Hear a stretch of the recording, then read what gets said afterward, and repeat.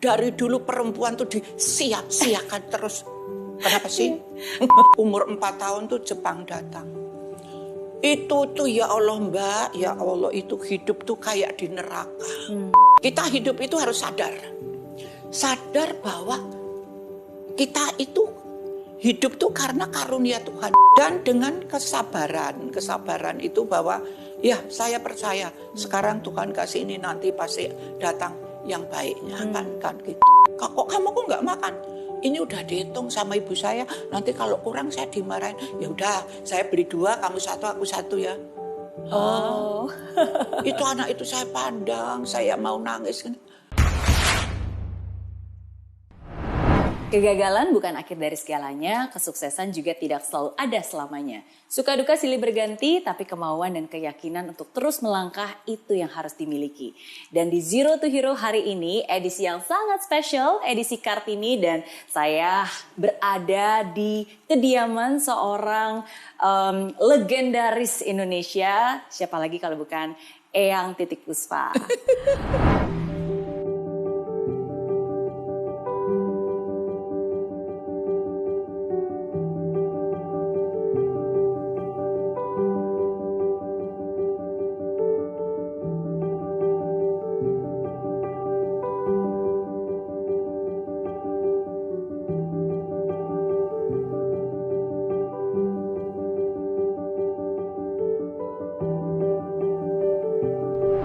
Halo Eyang. Halo sayang. Halo Mary. Halo everybody. Halo yang terhormat, yang tercinta, yang tersayang. Anda semua seluruh Indonesia. I love you. Wow, luar biasa. Terima kasih Eyang sudah mengizinkan kami untuk hadir di kediaman Eyang. Bahkan udah sempet ini ya, Eyang sengaja khusus mempersiapkan. Aku kan tinggalnya kan di apartemen. Apartemen kan kaupil ya. Bayangin itu dari berapa belas tahun saya di sini. Itu kan udah yang namanya kamera dari Sabang sampai Merauke kan. Ya Allah itu aja apa ya. Terus saya biar ada ijo-ijo, nah saya bikin ini gitu. Oke, luar biasa. Terima kasih loh Eyang. Diizinkan untuk hadir di sini aja udah suatu hal yang luar biasa. Saya tuh everybody welcome. Cuman ya kalau sekarang memang terus terang zaman ini saya mesti boleh tapi mandi dulu dan urusannya apa. Betul. Kalau urusannya tepat oke. Kalau teman cuman just ya guyon-guyon jangan dulu. Iya, betul. Karena hari ini spesial banget saya hadir di sini karena kita tahu bulan April, 21 April Hari Kartini. Sebentar lagi. Tanggal berapa? 21 April. Oh iya betul itu. Iya. Iya, dan kalau kita berbicara tentang perempuan, tentang wanita Indonesia kan banyak tantangannya. Jadi kita ingin sungguh-sungguh belajar dari wanita yang tangguh, yang mandiri, yang punya banyak karya, yang di sekarang padahal usia Eyang umur berapa tahun ini ya? Ya, jalan ke 85. Wow. Ya baru 84 ya, tapi jalan 85. Jadi ini sudah namanya ada lagunya. Melambai-lambai, pipi di pantai. Tapi masih tetap awet muda, masih tetap segar, masih terus berkarya walaupun usianya baru 85 tahun. Buat saya Mbak, saya diberi umur sampai 80 itu saya thank God. Matur kesuwun sangat Gusti. Jadi saya bisa melihat negeriku yang dulu seperti apa, sekarang seperti apa. Itu saya tuh bersyukur sekali. Dan apalagi kalau melihat anak-anak milenial sekarang. Saya lihat di cucu saya, di cicit saya jadi cucu, cicit. Udah berapa cicitnya ya? Cicitnya 9. Oke. Sedikit ya. Banyak cicit loh. Cicit cucu. Iya. Nah, dia itu bapaknya bukan ngomong Inggris, ibunya nggak ngomong Inggris, semua di rumah ngomong Indonesia, kadang Padang, kadang Jawa, kadang itu tuh Inggrisnya itu sekolah aja belum, baru umur 3. Inggrisnya tuh sudah berkecek-kecek. If you meet your Uti, you must speak Indonesia. Oke, great. You know, bahasa is very difficult. Jadi ya, Jadi dia nyanyi itu Frozen itu waktu tahun itu Frozen, ya. Waktu dia umur 3 itu Frozen kan baru itu. Betul. Itu from the beginning until end, singing, acting, and dancing sama. Nah, jadi aku pikir Tuhan tuh sekarang tuh memberikan IQ kepada anak-anak sekarang. Milenial, IQ-nya itu 1000 kali IQ saya waktu masih kecil. Betul, jadi saya sangat-sangat bangga punya negeri Indonesia yang sekarang semakin yang semakin berkibar, dan semoga IQ yang diberikan dan kesempatan dan semua yang ada di Indonesia dapat dipergunakan dengan sebaik-baiknya dan sebetul-betulnya dan secinta-cintanya. Pengabdian sebagai bangsa kepada negara dan bangsa dan karunia Tuhan. Setuju. Saya setuju dan saya senang yang membahas tentang hal tersebut karena memang kalau kita berbicara tentang anak-anak zaman sekarang, wah IQ-nya tinggi-tinggi, pinter, kreatif. Lihat aja di TV-TV walaupun itu yang TikTok atau apa itu. Anak seupil-upil ininya tuh cicit saya aja itu cicit lagi ya. Itu tuh bisa kalau naik misalnya di London atau apa ya gitu. Naik taksi. Itu dari naik mobil sampai berhenti itu ngobrol sama supir. Itu nanya soal keluarga, soal baru kelas 0. Tuh. 0 aja. Kritis ya. Ya, jadi aktif, ngomongnya itu sudah ekspresif. dewasa. Jadi menanyakan tentang keluarga, anaknya pandai apa, berapa biji, dan kamu kok kenapa ambil ini, bukan kapal terbang, betul, dan macam-macam. Jadi ya itu kekaguman saya kepada Tuhan luar biasa yang memberikan Indonesia ini semakin matur kesuwun Gusti, matur kesuwun, alhamdulillah ya Allah, apalagi bangsa saya semakin kesini semuanya terbawa menjadi berbinar-binar untuk memajukan negara dan bangsa. Dan mengenai Kartini ya Mbak ya, saya itu pengagum berat. Dulu saya waktu musimnya ada yang namanya bikin apa tuh namanya apa sih operet. Saya bikin operet Kartini. Kartini manusiawi Kartini. Ya, Kartini dengan manusiawinya dia. Sebelum saya bikin saya baca dulu, setelah saya baca saya ke dalamnya Raden Ajeng Kartini di sana di Jawa. Kayak ke sana, Bu, Raden Ajeng, saya ditolongin ya, saya mau bikin Raden Ajeng buat contoh perempuan-perempuan Indonesia. Kenapa saya mengagumi Anda? Karena Anda di saat itu sedang berumur 12. 12 dalam keadaan dijajah. Tapi untung Romo Anda itu, Bapak Ramonya tuh orang petinggi ya. Jadi itu apa pertemanan dengan Nyonya Ovingsor, itu dekat sekali. Makanya dia itu diparingi Tuhan sesuatu daya menerima keadaan dunia yang seperti itu. Dia bisa saring mana yang perlu. Ya, aku dijajah, tapi saya mendapatkan satu pelajaran. Nah, saya juga kepengen perempuan Indonesia bisa ini, bisa ini, bisa ini, bisa ini. Nah, itu yang bikin saya kagum. 12. Ya, dan itu biasanya tahun. Kalau putra Nendoro kan, ambil ini, atau aku mau itu. Ya misalnya, nun sewu ini nggak semuanya. Tapi artinya kadang-kadang terlalu terlalu senang atau dimanja. Ini nggak kerja. Tapi saya percaya di seluruh pulau Jawa, seluruh pulau di Indonesia pasti ada wanita-wanita yang luar biasa. Cuman karena dia ketemu sama temennya tuh siapa yang di Belanda itu, kok bisa lupa. Nah, jadi dia bisa bertukar pikiran, dan bisa sampai akhirnya mendunia. Nah, itu yang dia. Jadi dia bisa memakai waktu, dengan sesuatu yang memang sangat dia cari untuk kepentingan kenaikan harkat perempuan. Ya, ada beberapa hal berarti yang dari tadi Eyang sebutkan, saya juga sangat setuju karena sosok Kartini itu walaupun pada saat itu ada banyak batasan dalam hidupnya, tapi itu tidak membatasi pikirannya. Betul. Ya, tidak membatasi aspirasinya dan mimpi-mimpinya. Ya itu yang saya kagumi, yang sampai akhirnya beliau kerjakan sendiri, bahwa bagaimanapun juga dia harus do something for perempuan Indonesia, karena dari dulu perempuan tuh disiap-siakan terus. Kenapa sih? Nah, tapi kalau kita berbicara tentang Kartini, di samping saya sudah ada nih Kartini Indonesia yang masih bisa membagikan pemikirannya, inspirasinya dan kisah hidupnya buat kita semua. Eyang tadi saya bilang bahwa anak-anak muda zaman sekarang IQ-nya tinggi-tinggi, memang betul. Tapi di hidup ini bukan hanya cerdas yang paling penting, tapi bagaimana seorang wanita itu bisa tangguh, bisa menjadi pribadi yang mandiri, yang bisa bermanfaat. Ada banyak faktor-faktor lainnya. Dan mungkin ada 3 pertanyaan yang mungkin 3 kategori ya, permasalahan perempuan yang saya ingin tanyakan kepada Eyang. Pertama, wanita itu kan harus mandiri.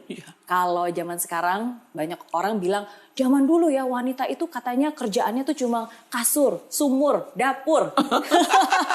Iya kan? Nah, Betul. Betul ya? Iya kan? Tapi sekarang kan berbeda. Nah, Eyang ini kan berada di zaman itu.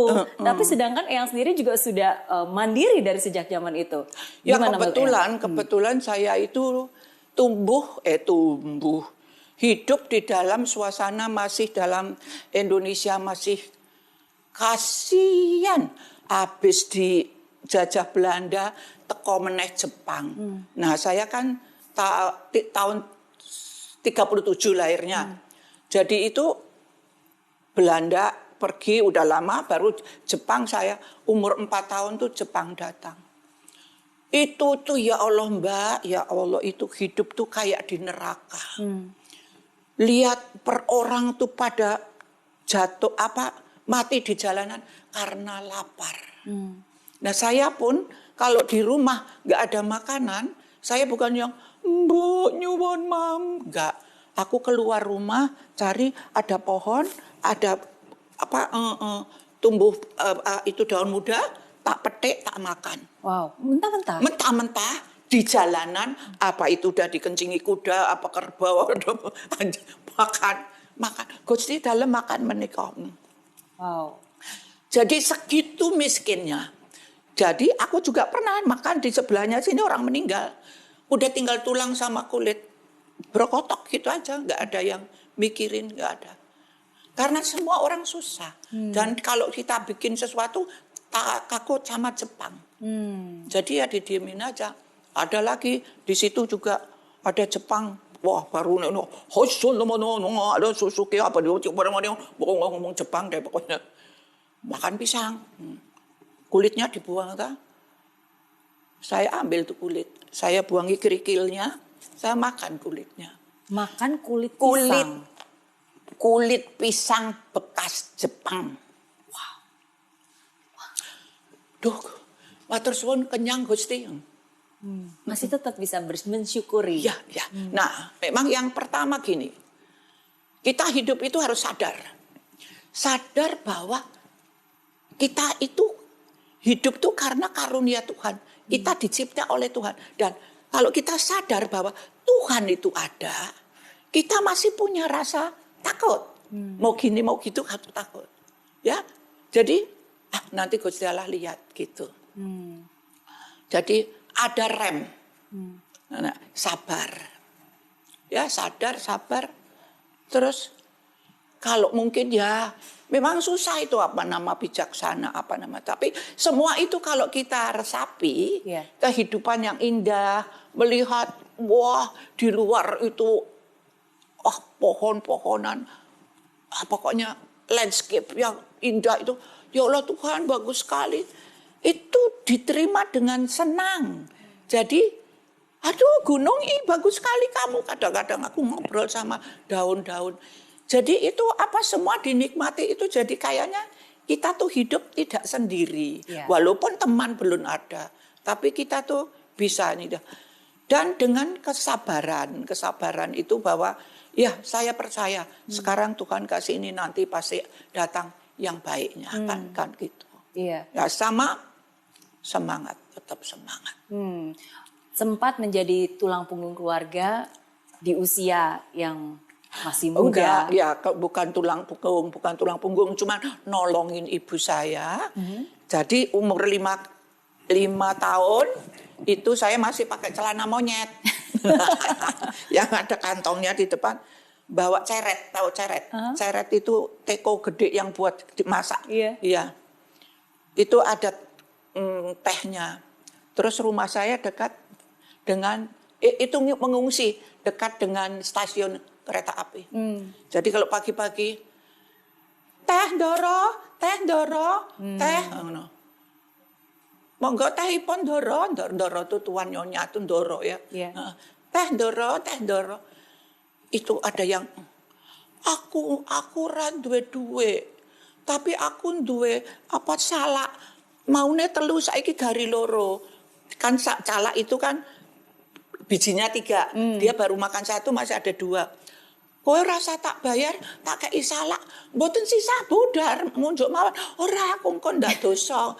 Nggih sampun gini. Aduh entuk salak, aduh senenge gitu.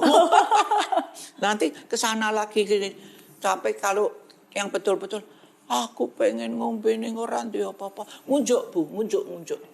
Tak kasih. Kalau orang ngasih berapa saja, enggak pernah harus bayar sekian. Iya. Iya. Nah, itu tuh sampai habis Bu. Itu sehari bisa ilir mudik kayak kereta api. Karena dekat sama rumah. Nah, itu umur 5. Nah, kelas 1 SD, 6 gitu ya. Temannya semua pada olahraga, main-main, istirahat kan namanya. Wah, happy-happyan gitu. Saya duduk buka besek. Iya. Iya, jualan. Loh, kowe kok orang mangan? Loh, nek aku kamu kok nggak makan? Kalau bahasa Jawa ntar banyak nggak tahu. Kok kamu kok nggak makan? Ini udah dihitung sama ibu saya. Nanti kalau kurang saya dimarahin. Ya udah, saya beli 2, kamu 1, aku 1 ya. Oh. Itu anak itu saya pandang, saya mau nangis. Kowe kok apik banget. Yeah. Until now saya masih selalu saya doakan itu anak. Berikan kebahagiaan, damai. Damai kalau di hati kita damai. Apapun cobaan-cobaan. Ya. Masih kita Gusti tolongin dalam supaya sakit damai Gusti. Ya walaupun di sini sakit tapi akhirnya kita menerima. Nah, itu seperti anak itu. Wes aku tak tuku loro, aku tak beli 2 kamu 1. Udah begitu. Artinya apa ya buat saya kejadian-kejadian itu kok membuat saya tuh kok indah gitu. Yeah. Apalagi sampai sekarang lihat para menteri perempuan. Yeah. Ya, gila semua. Bukan apa luar biasa. Menginspirasi. Saya kagumi. Ya, ibu-ibu sama siapa saja yang ada anak perempuan dari apa nggak punya apa-apa akhirnya dia berbuat sesuatu hingga menjadi punya pekerjaan yang luar biasa bisa membuat ini menghasilkan sekian ini. Jadi banyak loh bangsaku itu ya perempuan itu yang mandiri. Kalau saya memang dari dulu sampai sekarang mandiri sendiri juga. Tapi ya artinya apa ya? Menghidupi adik-adik juga waktu itu bekerja. Ya kalau itu sih pesan bapak ya kan dulu tuh saya tuh mau ujian ya SGTK. Kenapa aku ambil SGTK? Sekolah Guru Taman Kanak-kanak. Ibu saya tuh anaknya 12. 12. Yang anak keberapa? 4. Anak keempat. Jadi saya itu kalau pagi mau sekolah mandiin adik, nyapu, terus cuci piring malam, baru berangkat. Berangkat itu berapa? 5 kilo Mbak. Jalan kaki, orang nganggo sepatu. Pulang ya kepanasan ya, gejelet ya. Nah, udah gitu tuh apa ya? Jadi buat saya itu dari dulu itu saya itu kok bisa loh apa ya artinya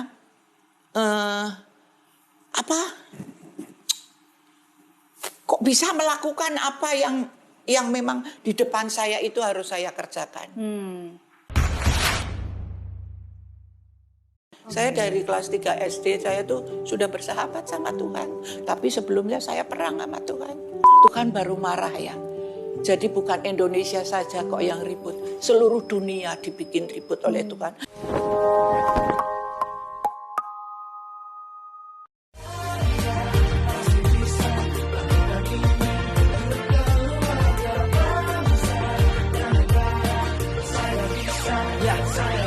Laksana bumi tanpa hujan, hidup tanpa tujuan, kering dan mati tanpa hijaunya tumbuhan.